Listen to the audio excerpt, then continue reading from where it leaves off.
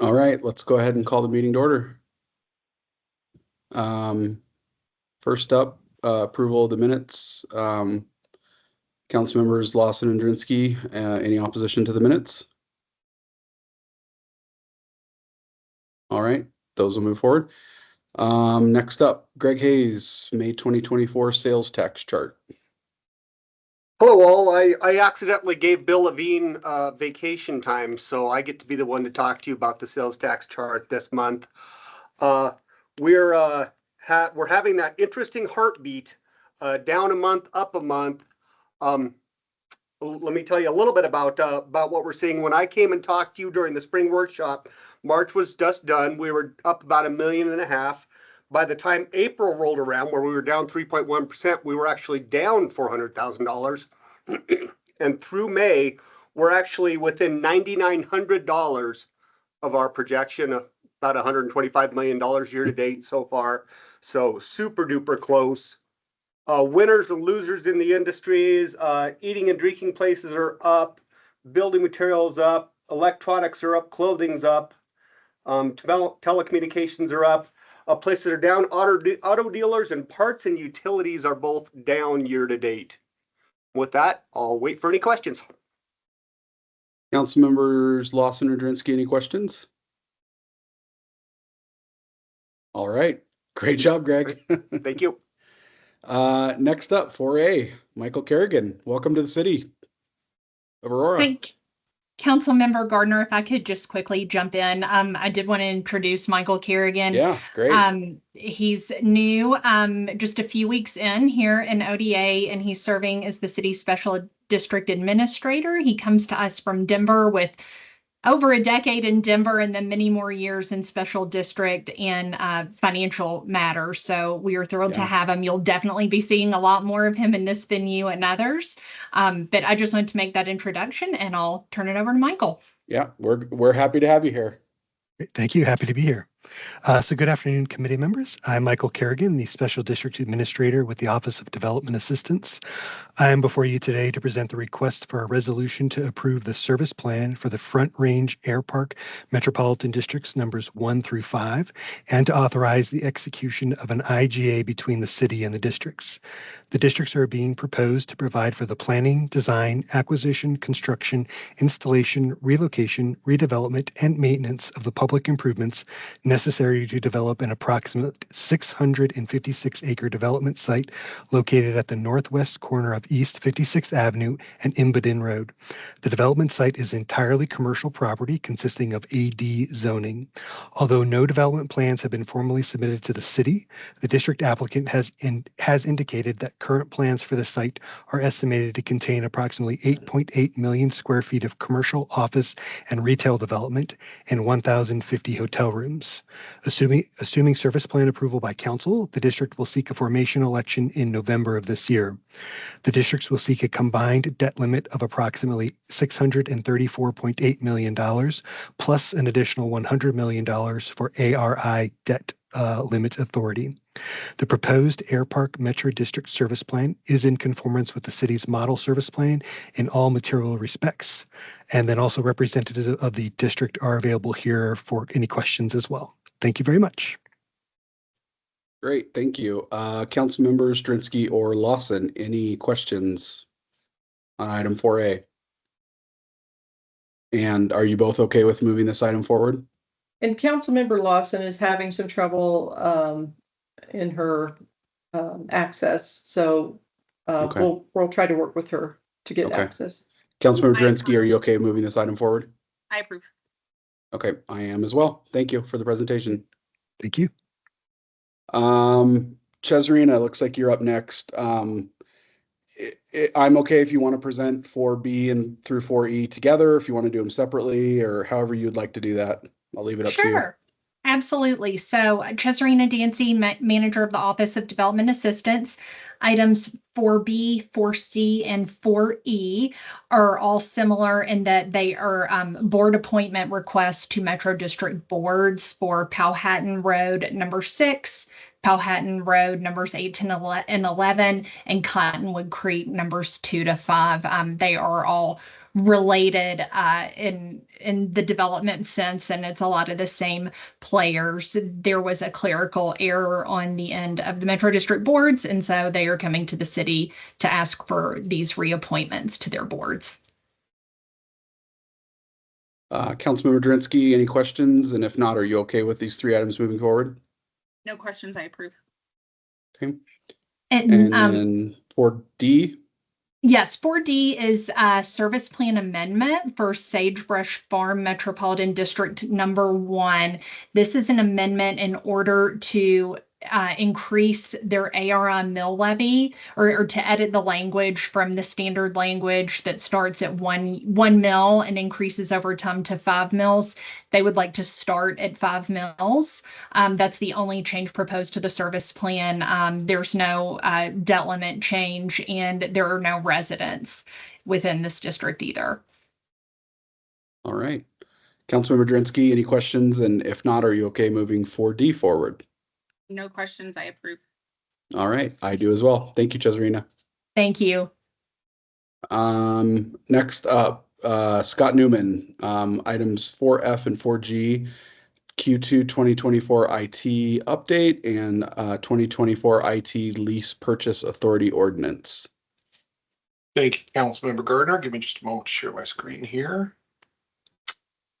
And if you want, Scott, Candace was sharing, but if you wanted to control, go for it. Oh, thanks, Terry. Sorry, yeah, I pulled it up. But are you guys able to see the screen okay? Yes. Perfect. Okay. So, Councilmember Gardner, you weren't on the committee at the time, but late last year, we had actually produced a new IT operational roadmap to lay out a lot of areas of improvement for IT over this year, expanding into 2025. And so I wanted to circle back to the committee and provide some good news updates on our progress so far and some of the results we're seeing from our changes. So with that, just want to do a quick recap. We did redefine our mission statement last year. Our number 1 priority is first and foremost to maintain the productivity of the business units. So our number 1 priority is to make sure people are up and running, that they're able to work and use the technology they need to do their jobs day to day. And those get classified on our side as both incidents and service requests. I'll dive into that a little bit more later. Then our second priority coming up after that is improving on the productivity of the business. So with that is typically our project work, the requests that we have for new technology. And again, we classify those in multiple ways that I'll dive into here in a moment. So following those 2 mission statements, I did think it was helpful just to help you understand how we classify the workload that comes into us. So we have a general lump sum category that we consider unplanned work. And these are tickets of different types. So they're unplanned because we don't know that they're coming. It's not due to something somebody specifically asked us to do.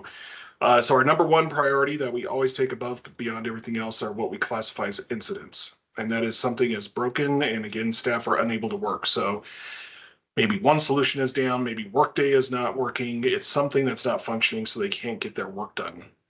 Our next priority after that are service requests. And those are just generally requests for some kind of modification or access to a system.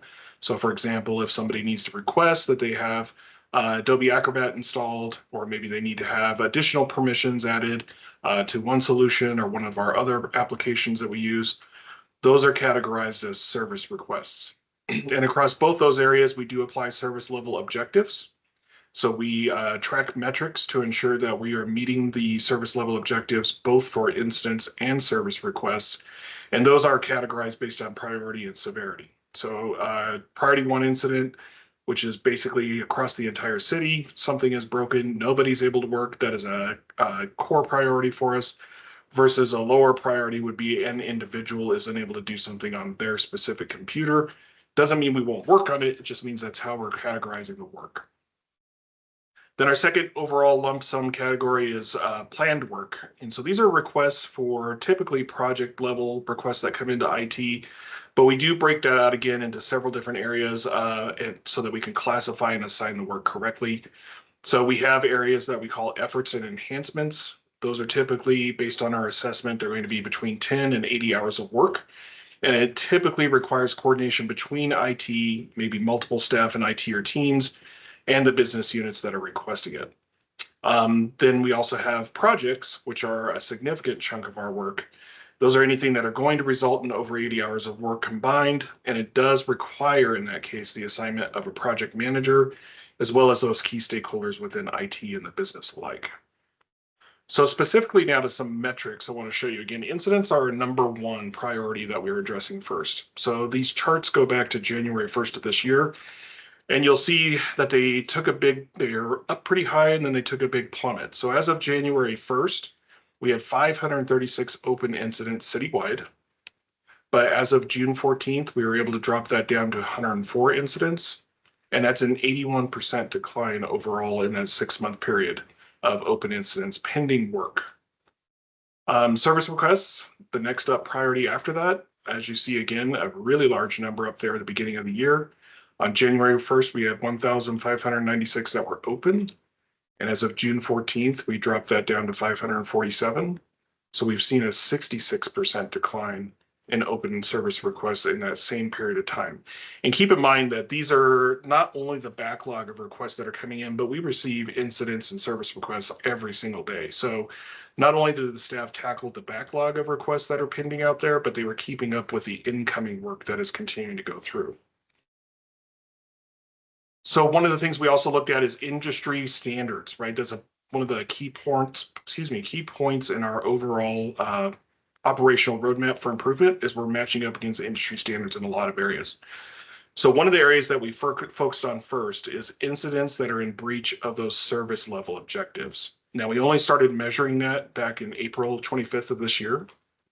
So you can see at the very beginning, really high there on April 26th, we were at 49% deviation from industry standard. But by May 7th, we were able to bring that down to 12.96% deviation. So then fast forward, so that's an overall 36% decline in deviation in about a 2-week period, because we specifically started assigning teams and breaking out the data in a way that was more meaningful and easier for them to ingest and approach the workload. So then jumping forward to another 3-week period there from May 10th to May 31st, again, we see that there is kind of holding steady there for a while and then a big decline. So on May 10th, it was from 17.09% to the end of the month, which is a 4.91% as how we closed the month. You do see there was a tick up there on May 29th, at 10%, it bounced back up, but again, that's because of the holiday. So overall, in that 3-week period, we had a 12.18% decline in deviation. And then finally, as the time that I prepared this presentation from June 1st to June 14th, you see that we had contained below, so that we did represent this a little differently. I wanted to call this out. So that horizontal hatched line is the industry deviation standard. So from June 1st to June 10th, we were able to maintain consistently below the industry standard for deviation. And then on June 10th, we changed that and we actually started saying, instead of just looking at our incidents that are in breach of SLO, let's look at our overall incident count as a whole. And so that's why on June 11th, the number shot back up to 7%, but then it started dropping back down to 6%, and it's continued to decline since then. So we have had, at least at the beginning of the month through June 14th, 10 days consistently being within the standard. And again, since we lumped the bigger group together, we've continued to decline since then as well. And as a result, too, one of the things we want to measure is our overall customer satisfaction. So this, I did want to go back further because this is one of the earliest data points that we started collecting. So in March of last year, the NPS stands for Net Promoter Score, which is just another way of saying customer satisfaction. So March of 2023, we are only at a satisfaction of 0.47. But as of June of this year, we had almost doubled that. We're at a satisfaction level of 0.8. So that's a significant change. And you can see that really it started its uptick around September of last year when we first started rolling out some of our changes. And we really saw the huge uptick in April when we took that a second approach and started measuring up against industry deviation and providing the staff the data to work on. So I did want to share some of the comments that we've received because this has been really good feedback. Here's some of the great comments received by the end users directly. I really love that first one there, super fast, freaky fast. But in general, really good communications here. Appreciate the timely communication, quick and painless, nice experience, prompt communication. We love our IT, and there's some really good feedback we received across the board. We did get some issues that we need to look at as well. So a few examples of what could be better. The issue was resolved, but the notification that it was complete took 6 days to receive. It took 2 months to get confirmation that it was completed. And the ticket was submitted 4 months ago, but once they were contacted, the person was professional and helpful.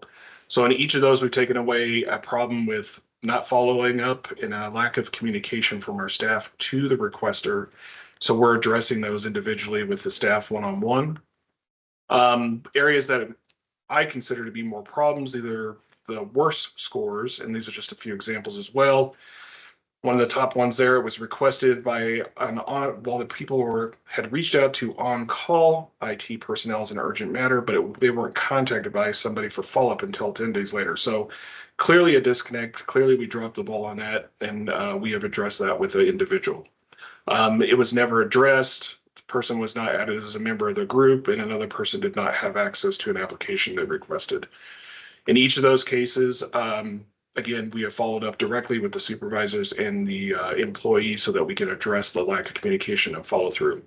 However, two things that I don't have numerically that I could represent to you is that we literally had to comb back to April 1st to find these handful of examples of could be better and problems. The vast majority of feedback we're receiving since April 1st has been in the great category there on the left, and that's just a few of the pieces of feedback we've received. That would to fill up 2 pages to copy and paste all those in there. So we're definitely receiving a lot more feedback and positive feedback. The other item I'd like to say too is starting with this year's performance plans, we have tied customer satisfaction scores and feedback to each of the individuals for their overall performance management. So that is additional motivation to ensure that we're providing good service to the city. And so the last area I want to switch over to, that was, again, what we consider operational and dealing with the general day-to-day business. But again, a large chunk of our work deals with project requests, and those could be projects, efforts, programs, ongoing work, things that we need to do to continue to improve on the operations of the city. So starting this year in Q1, we started a quarterly planning process on a quarter-by-quarter basis. So in Q1, all we did is we reached out to the different business units and talked to all of our staff internally to say, what is the whole known universe of things that are being asked for? And we classified those again as being efforts, enhancements, or projects. In Q2, we then took that information and we circled back to each of the business units and we presented to them and said, here is a list of the requests that we know that are out there that we have heard from you before, previously submitted. Do you have any new ones that you see coming either in Q2, Q3, or Q4? And we took that and then used in Q2, used that information to actually build out a quarterly plan for the first time, identifying these are the areas we're going to focus on in Q2. The areas that we can't get to will remain in what we call our backlog, and they will be up for consideration in Q3 and Q4. So we've made a lot of progress against that. And then now going into Q3, we have our planning meetings tomorrow and Thursday. So once again, we've already reached out through a specific function called business relationship managers. We've reached out to each of the business units to again get their list of upcoming requests. And we're going to add that to the existing list we already have and plot those out and plan out which pieces we could take on in Q3 and which one will be moved on to Q4. And we will then circle back. It's a positive feedback loop. We then take that information, circle back to the leadership of each of the business units and make sure they understand where their requests are at and when their requests may be worked on. So just as an idea to give you the sense of the volume that we're talking about, right now, as of Q2, we had 40 projects that are considered enterprise-wide, which means it affects either everybody in the city or a significant chunk of folks in the city.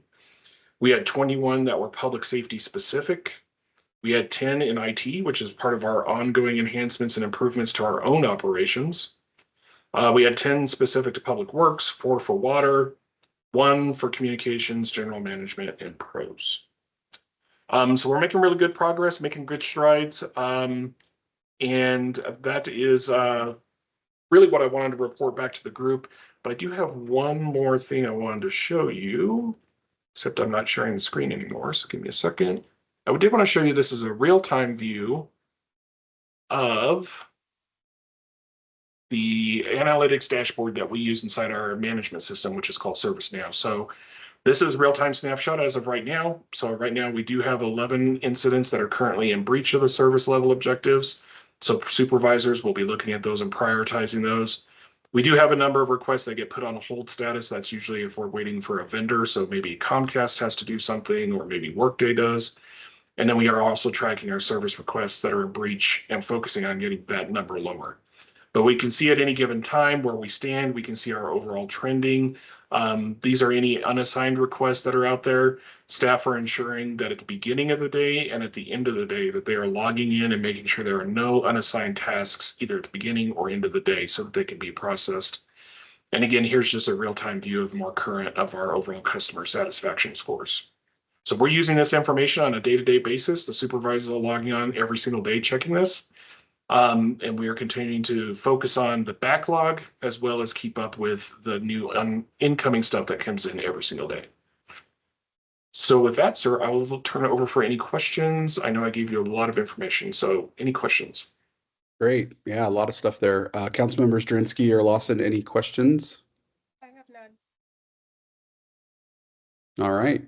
Sounds like no questions. So do you want to move on to 4G, the IT lease purchase authority ordinance? Sure, and this one will be really quick too, sir. So for the last 3 years, based on the advice of outside counsel, we have entered into, or we have requested council to authorize us through an ordinance to enter into lease purchase agreements. Outside bond counsel did request that we do that on an annual basis. And so it's not fiscal year, but it is for a 12-month period. So this is simply the third time we are doing it. We're asking for the same ordinance that will authorize us to enter lease purchase agreements between August of this year and August of next. I did estimate higher this year because we do know we have upcoming work with the Motorola radio system for public safety, and we expect to lease finance that particular work. So the dollar amount is much higher than we've requested before. But aside from that, it's exactly standard to what we've done previously. Yep. I'm okay moving this forward. Council members Lawson and Jurinsky, okay moving this forward as well? Okay. I approve. Okay, great. Thanks, Scott. Thank you. All right. Last up, Teresa Sedmak, Fitch upgrade. This is some exciting news. Absolutely, it's exciting news. So wanted to share with you, you might have been emailed about this earlier, but on June 10th, Fitch published a ratings upgrade for the city. We now have what's called an issuer default rating of AAA, which is the highest that you can get on their scale. As you know, Moody's also rates us AAA. One thing to note is that AAA rating would apply to GO debt, general obligation debt. The city just has certificates of participation, which are ranked one notch lower than our issuer default rating. So we're AA plus, which is as high as you can get on a COP. In their write-up, they noted our budget flexibility, our low long-term liability burden, and our strong population trajectory. This is extremely good news, not only because it's testament to the strong financial management of the city, but it also translates directly into our borrowing costs. So we can take advantage of lower borrowing costs than most issuers out there. And that's what the effect is of the credit rating. And so we're just very proud of it and wanted to make sure that you knew about it and the importance of credit ratings, strong credit ratings to the city. Yep. So I'm happy to answer any questions you have about that. Excellent news and a testament to our strong finance staff, and you guys do such a great job. So kudos to the whole team. Great job. I see a hand up for Mayor Kaufman. Mayor Kaufman. Well, thanks. We've got Fitch, Moody's. What's the other major credit rating agency? I'm trying to remember. Standard & Poor's, and they haven't come along yet, but we're a AA plus with Standard & Poor's. So just about there. And I imagine when they do their annual surveillance, we could get an upgrade, I don't know, but we have 2 AAAs and a AA+, and that's excellent. That's great. credit. Thanks. All right. Thank you very much. Thank you. All right. Well, that was our last item. So with that, we will go ahead and adjourn, and we will see everybody on July 23rd. Everyone have a happy 4th of July, and see everyone next month. Thank you. Thank you. Bye.